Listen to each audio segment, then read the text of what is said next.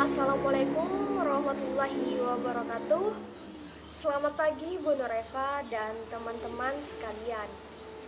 Kami dari kelompok 9 beranggotakan 3 orang, yaitu saya Alif Yustisia, Dea Novina, dan Revina Kurnia.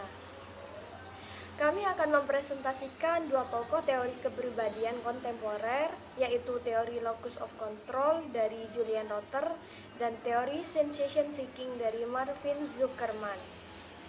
Namun, saya hanya akan menjelaskan tentang teori locus of control, sedangkan teori sensation seeking akan dijelaskan oleh teman-teman saya. Pengertian locus of control. Locus of control adalah cara pandang seseorang terhadap suatu peristiwa.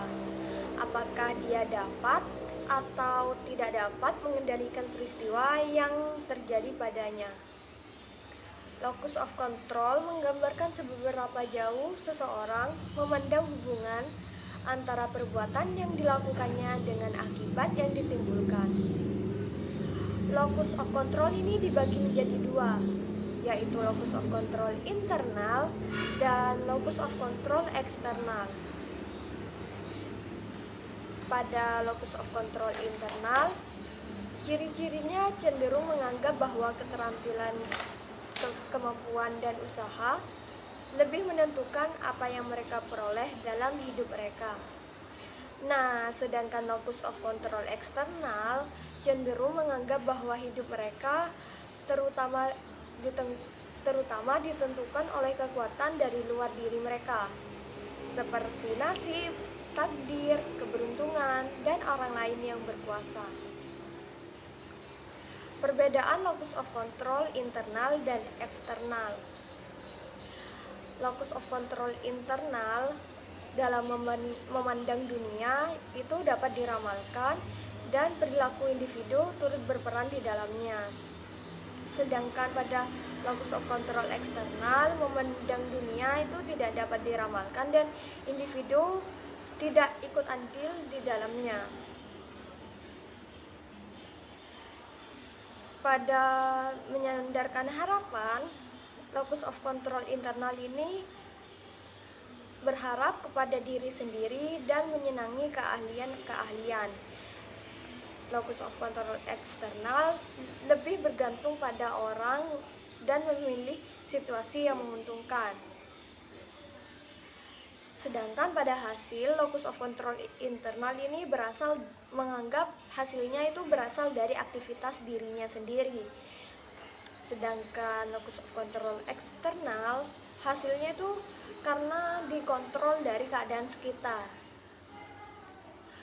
Untuk keyakinan tentang kegagalan atau kesuksesan, menurut orang yang memiliki locus of control internal itu berpandangan bahwa hal itu tanggung jawab pribadi.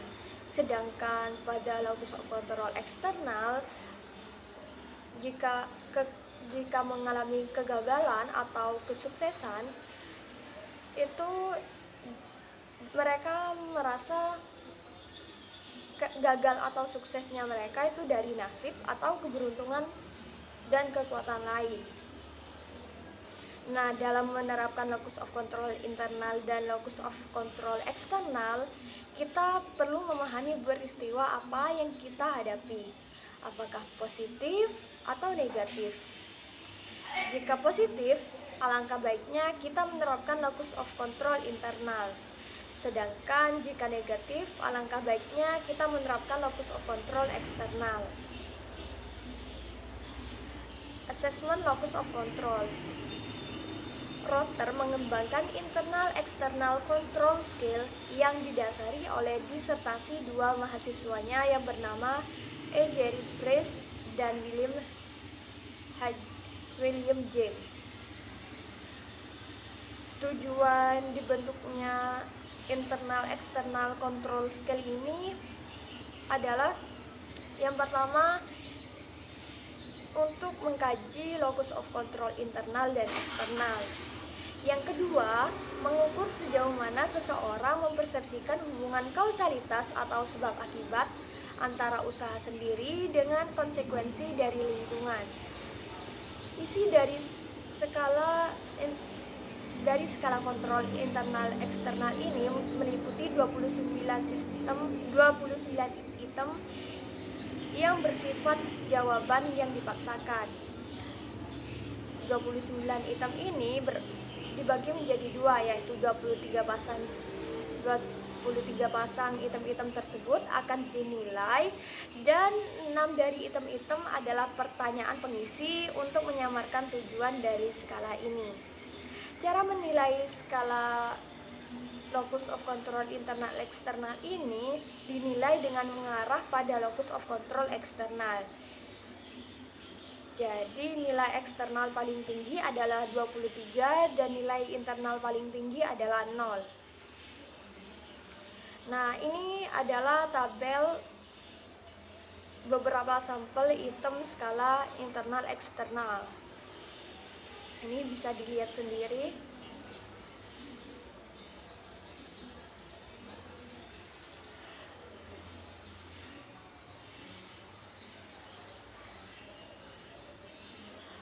Perbedaan usia dan gender dalam locus of control. Pada anak-anak, skor anak perempuan itu lebih tinggi daripada anak laki-laki terhadap locus of control internal. Sedangkan pada dewasa awal, skor perempuan lebih besar daripada laki-laki terhadap locus of control eksternal. Di perbedaan budaya, penduduk asli Afrika atau kulit hitam memiliki skor locus of control eksternal lebih tinggi daripada orang Amerika berkulit putih. Dan orang Asia memiliki skor locus of control eksternal lebih tinggi daripada orang Amerika. Nah, ini terjadi karena budaya Amerika yang lebih mandiri dan individualitas, sedangkan Asia itu lebih suka berkelompok.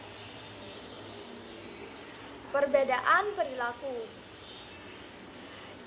Ilmuwan di Cina dan atlet Swedia itu menemukan bahwa orang yang memiliki locus of control internal tinggi dirasa lebih mampu beradaptasi dan konsisten serta memiliki skor tinggi pada tes mental skill daripada orang locus of control eksternal tinggi. Penelitian lain juga menyimpulkan bahwa orang dengan locus of control internal yang tinggi memiliki kepuasan kerja, komitmen kerja, dan kepuasan umum dengan kehidupan seseorang. Perbedaan kesehatan fisik. Menurut beberapa penelitian, orang dengan locus of control internal ini lebih sehat secara fisik daripada orang yang berorientasi locus of control eksternal. Hal ini terbukti bahwa orang yang berpikir mereka memiliki kendali terhadap hidup mereka, yaitu adalah orang yang lebih memperhatikan kesehatan mereka.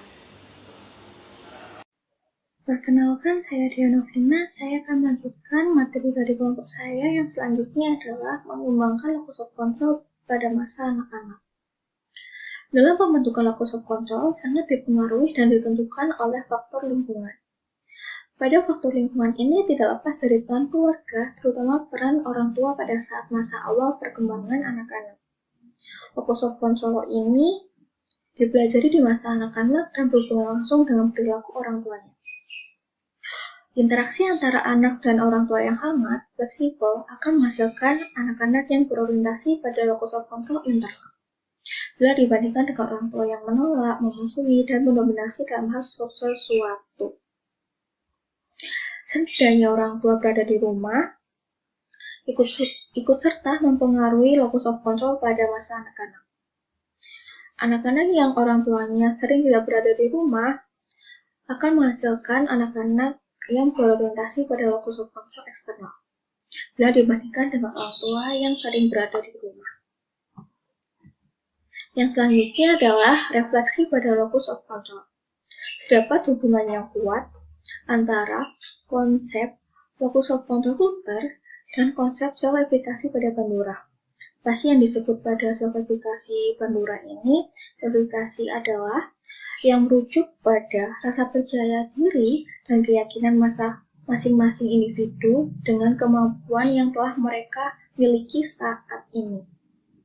Kedua gagasan tersebut berhubungan dengan persepsi atau keyakinan tentang tingkat kendali yang setiap individu miliki atas peristiwa-peristiwa dalam hidup dan kemampuan individu untuk mengatasinya. Perbedaan utama antara kedua konsep ini bahwa locus of control dapat digenerasikan pada banyak situasi, sedangkan self-efikasi cenderung spesifik untuk situasi tertentu. Yang selanjutnya adalah sensation seeking atau dapat disebut dengan pencarian sensasi adalah sebuah konsep yang dikembangkan oleh Marvin Zuckerman. Sensation seeking itu adalah sebuah keinginan untuk mencari pengalaman yang bervariasi, baru, kompleks, dan intens, dan kesediaan untuk mengambil resiko fisik, sosial, hukum, dan keuangan demi sebuah pengalaman. Kemudian yang selanjutnya adalah menilai sensation seeking. Untuk mengukur sensation seeking, Zuckerman membuat sensation seeking scale yang terdiri dari 40 item, serta terdapat 4 komponen atau dimensi sensation seeking. Yang pertama adalah trial and adventure seeking, yaitu sebuah refleksi kebutuhan individu untuk melakukan tindakan berisiko dan penuh petualangan yang menawarkan sensasi yang unik pada tiap individu. Tindakan berisiko ini meliputi keinginan yang kuat untuk terlibat dalam aktivitas fisik yang menuntut kecepatan, berbahaya seperti terjun payung, menyelam, ataupun bungee jumping. Yang kedua adalah experience seeking, yaitu mengekspresikan pencarian individu terhadap pengalaman baru melalui pemikiran, penginderaan, dan gaya hidup yang tidak konvensional dan tidak konform dalam berbagai hal, termasuk dalam hal musik, seni, travel style, hingga gaya hidup antikonformitas lainnya. Yang selanjutnya adalah disinhibition, yaitu merefleksikan perilaku impulsif yang ekstrovert pada individu meliputi keinginan yang kuat untuk melakukan perilaku secara potensial dapat menimbulkan dampak negatif terhadap posisi seseorang dalam masyarakat, terhadap kondisi badan atau pemikiran seseorang yang dapat muncul dari proses di masa kini atau peristiwa di masa yang akan datang. Nah, perilaku ini antara lain adalah mengkonsumsi minuman beralkohol, menyukai pesta, sengaja melanggar peraturan lalu lintas, bermesraan di depan umum, dan hal-hal yang lain yang tidak sesuai dengan norma sosial masyarakat pada umumnya. Yang selanjutnya adalah yang terakhir, boredom susceptibility, yaitu merefleksi perilaku individu yang antipati terhadap pengalaman yang repetitif, pekerjaan yang rutin, kehadiran orang-orang yang dapat terprediksi, dan reaksi ketidakpuasan terhadap kondisi yang membosankan tersebut. Boredom ini juga menyebabkan hadirnya kegundaan pada individu saat tidak ada perubahan pada kehidupannya atau ketidaksukaan pada orang yang membosankan. Nah, berdasarkan uraian ini, dapat disimpulkan bahwa komponen sensation seeking meliputi kebutuhan individu untuk melakukan kegiatan yang berisiko, mencari kegiatan yang baru dalam hidupnya, refleksi perilaku impulsif, dan kebosanan terhadap pengalaman yang repetitif. Yang selanjutnya adalah karakteristik sensation seeking. Yang pertama adalah usia. Orang yang lebih muda lebih cenderung mencari petualangan, risiko, dan pengalaman baru daripada orang yang lebih tua. Dalam komentar pribadinya tentang perilaku pencarian sensasinya sendiri, Zuckerman mencatat bahwa ketika dia masih mahasiswa, dia berkata seperti, mencapai potensi pencarian sensasi penuh, saya melalui minum-minum, seks, dan mencari tumpangan di seluruh negeri. Pada saat usianya yang 74 tahun, ia menuliskan, ketika saya masih muda, pencarian sensasi, saya membayangkan bahwa setelah saya pensiun, saya akan melakukan segala macam hal, petualangan seperti layang-layang, lompat dari parasut, dan belajar menerbangkan pesawat. Tetapi, sementara pencarian sensasi dan petualangan terasa malu dan rasa malu yang turun. Dengan cepat, seiring bertambahnya usia, pencarian sensasi pengalaman tidak akan berubah. Kemudian, yang selanjutnya adalah ras dan budaya. Terdapat sebuah penelitian, orang Asia mendapatkan nilai lebih rendah daripada orang di negara-negara barat. Yang selanjutnya, gender. Ditemukan hasil penelitian, pria mendapatkan skor lebih tinggi pada pencarian sensasi dan petualangan, rasa malu, dan kerentanan kebosanan. Wanita mendapatkan skor yang lebih tinggi dalam pencarian pengalamannya. Yang selanjutnya adalah perbedaan perilaku. Meskipun beberapa orang yang tinggi dalam pencarian sensasinya terukur menikmati aktivitas seperti mendaki gunung, layang gantung, balap mobil, scuba diving, dan parasailing. Sedangkan mereka yang rendah dalam pencarian sensasinya, umumnya perbedaan perilaku tidak selalu begitu dramatis. Nah, dalam hasil penelitiannya, Zuckerman juga menuliskan bahwa individu yang mempunyai level sensation seeking yang lebih tinggi dari kenyataannya lebih memilih situasi yang mempunyai resiko yang lebih besar dibandingkan dengan individu yang mempunyai tingkat sensation seeking yang rendah. Situasi yang berisiko tersebut termasuk dalam pemilihan olahraga, pekerjaan, dan hobi atau kesenangan yang berisiko. Seperti itu, kemudian selanjutnya akan dijelaskan oleh teman saya. Selanjutnya, saya akan menjelaskan tentang perbedaan kepribadian. Di perbedaan kepribadian itu, satu studi menunjukkan bahwa skor triple S terutama pada disinhibisi terkait dengan Ising factor, ekstraversi, dan kecenderungan asosial yang terkait dengan psikotisme. Dan Zuckerman itu menyarankan bahwa pencari sensasi tinggi secara egosentris ekstrovert, yang berarti mereka peduli dengan orang lain hanya sebagai penonton atau sumber rangsangan.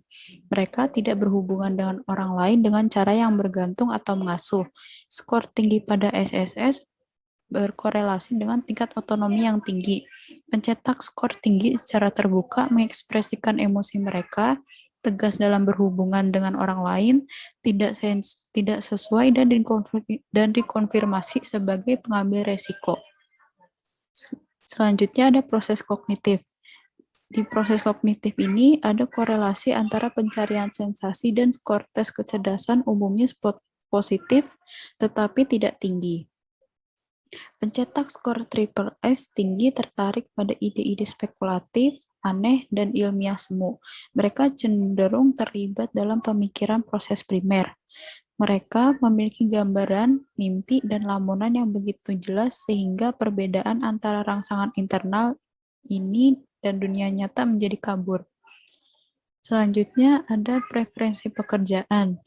Di preferensi pekerjaan ini kan karena pencari sensasi tinggi memiliki kebutuhan yang lebih besar untuk merangsang dan pengalaman yang bervariasi, mereka memilih pekerjaan yang berbeda daripada pencari sensasi rendah.